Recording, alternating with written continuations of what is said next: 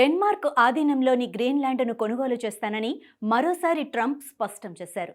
78 ఏళ్ల డెన్మార్క్లోని యుఎస్ రాయబార కార్యాలయానికి రాయబారిగా కెన్ హౌరీని నియమించిన వేళ తన మనసులోని కోరికను మరోసారి బయటపెట్టారు. ఇప్పటికే పనామా కెనాల్పై నియంత్రణను తిరిగి పొందుతామని, మెక్సికోపై దాడి చేస్తామని అనటంతో పాటు కెనడాను 51వ రాష్ట్రంగా చేస్తానన్న ట్రంప్ తాజాగా గ్రీన్లాండ్పై పడ్డారు. జాతీయ బాధ్యత, ప్రపంచంలోని స్వేచ్ఛను కాపాడటానికి గ్రీన్లాండ్పై యాజమాన్యం ఉండటం చాలా కీలకమని అమెరికా భావిస్తున్నట్లు ట్రంప్ ఒక పోస్టులో వెల్లడించారు. అమెరికా ప్రయోజనాలకు అనుగుణంగా కెన్ అద్భుతంగా పనిచేయబోతున్నారని అన్నారు. 2019లో డొనాల్డ్ ట్రంప్ అధికారంలో ఉండగా గ్రీన్లాండ్ను కొనుగోలు చేయాలనుకుంటున్నట్లు చెప్పారు. ముఖ్యంగా అక్కడి సహజ వనరులకు ట్రంప్ ఆకర్షితుడయ్యారు. అయితే అప్పట్లో దీనిపై స్పందించిన డెన్మార్క్ ప్రధాని మెట్టే ఫ్రెడరిక్సెన్ గ్రీన్లాండ్ అమ్మకానికి లేదని ప్రకటించారు. కానీ ట్రంప్ మరోసారి గ్రీన్లాండ్ కొనుగోలు గురించి మాట్లాడటంతో సర్వత్రా ఆసక్తి నెలకొంది. అంతగా ఆ ద్వీపంలో ఏముందో తెలుసుకోవాలని, ఒకవేళ ట్రంప్ కొనుగోలు చేస్తే ఎంత విలువ అవుతుంది, అలాగే దౌత్య సంబంధాలపై ఎలాంటి ప్రభావం పడుతుందో అనే ప్రశ్నలు తలెత్తుతున్నాయి. గ్రీన్లాండ్ ప్రపంచంలోని అతి పెద్ద ద్వీపం.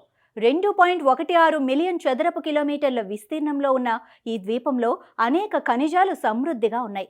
75% పైగా ప్రాంతమంతా మంచుతో కప్పబడి ఉంటుంది. కేవలం 55,600 మంది మాత్రమే ఉండే ఈ ద్వీపంలో 30% గ్యాస్ నిల్వలు కూడా ఉన్నాయి.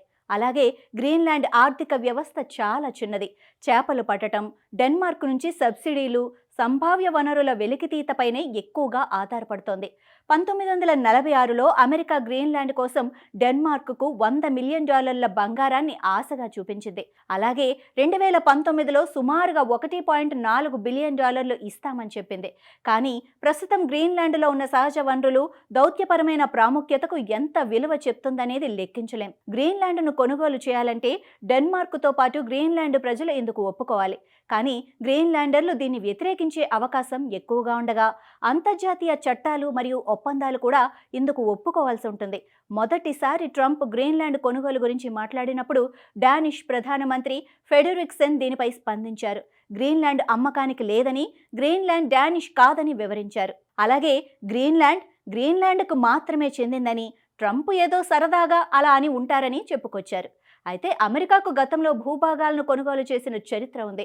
1917లో డెన్మార్క్ నుంచి యుఎస్ వర్జిన్ దీవులను $25 మిలియన్ బంగారానికి కొనుగోలు చేయగా 2019లో దాని విలువ $500 మిలియన్. అలాగే 1867లో వేరుశనగ కోసం రష్యా నుంచి అలస్కాను $7.2 మిలియన్ కొనుగోలు చేసింది.